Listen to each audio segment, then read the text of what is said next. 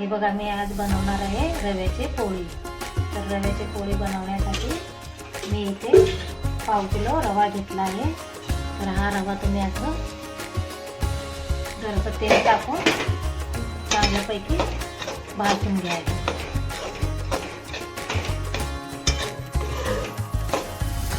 रव्याची पोळी बनवण्यासाठी आधीचे लोक खेडेगावामध्ये जे आपले जोड गहू असतात ते फोडून त्याचे कांदा भरडून त्याला चांगलं असं तळून मग त्याच्यात बडीशोप, इलायची सर्व काही घालून छान असे तेलामध्ये तळून पोळी बनवत होते. मी आता हे रव्याची पोळी बनवत आहे. हे बघा, तर आता आपलं हे रवा भाजून झालेला आहे. अशा प्रकारे भाजून घ्या. जास्त लालही करायचं नाही आणि जास्त पांढरही ठेवायचं नाही. हे आहे आपलं पाव किलो रवा. हे पाव किलो रव्याच्या पोळीसाठी हे आपलं आहे पाव किलो गूळ. बारीक करून घ्या. बघा, आता हे आपलं रवा भिजवण्यासाठी एक असं पातेलं घ्या. त्याच्यामध्ये थोडंसं 1 कप इतकं पाणी घाला. पाणी जरासं गरम झाल्यानंतर आता आपलं हे पाणी गरम झालेलं आहे. त्याच्यामध्ये हे वाटून फोडून घेतलेलं गूळ घालून गूळ वितळेपर्यंत गरम करून घ्या.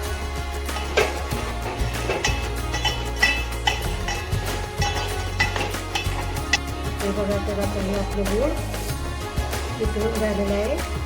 रव्याच्या पोळीमध्ये घालण्यासाठी हे 4 इलायची आणि जायफळ घेतले आहे. हे दोन्ही मिळून बारीक कुटून घ्या.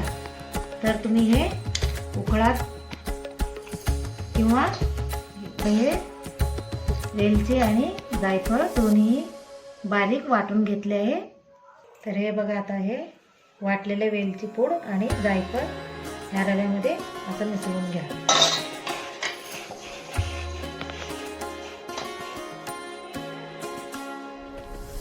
तुम्ही आता हे आपण गूळ वितळून घेतलं होतं ते ह्या रव्यामध्ये घालून मिक्स करून घेऊया.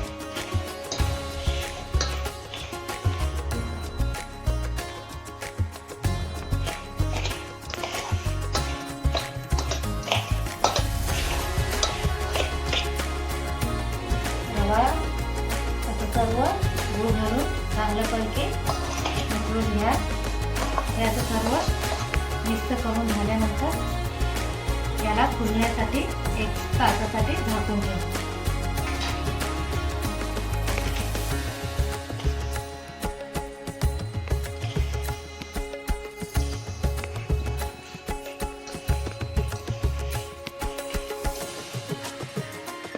आता पोळी बनवण्यासाठी आपण गव्हाचं पीठ मळून घेऊ.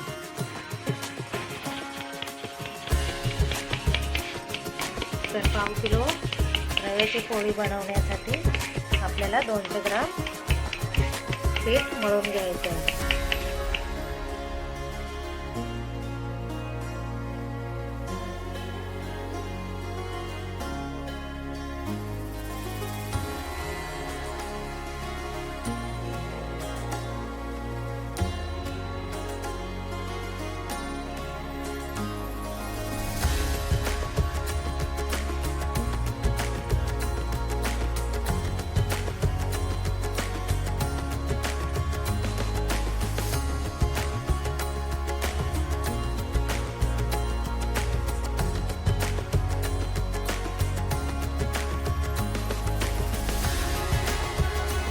हे बघा, आता आपलं हे गव्हाचं पीठ मळून झालेलं आहे.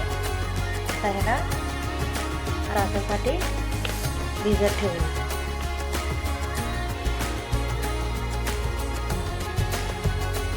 हे बघा, आपलं हे सगळे तापलेलं आहे. त्याच्यात आता तेल ओतूया.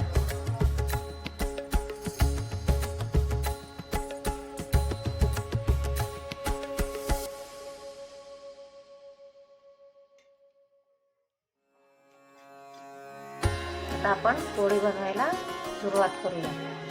तर बघा आपलं हे कणिक, हे तुम्ही जसं चपातीला पीठ मळून घेता असं पीठ मळून 1 तासासाठी भिजवून घ्या.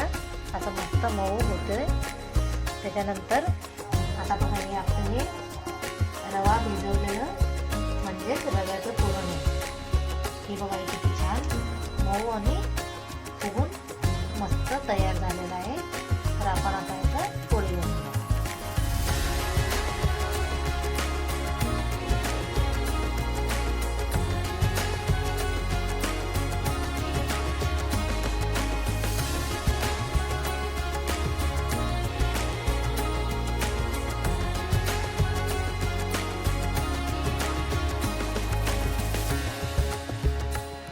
बघा ह्या पद्धतीने असं छोटे छोटे पिठाचे गोळे घेऊन त्याच्यात आपण असं पुरण भरून घेऊया.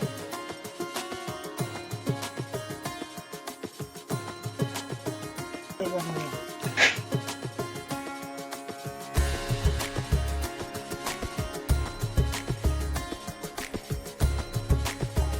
जी रव्याची पोळी मी बनवत आहे याला तेलच्या पण म्हणतात. कारण काय, ही पोळी तेलातच तळून घ्यावी लागते म्हणून याला तेलच्या म्हणतात. आता बघा एवढं लाटून घ्या. जास्त जाडही नाही आणि जास्त पातळही नाही. असं आता ही पोळी तेलामध्ये तळून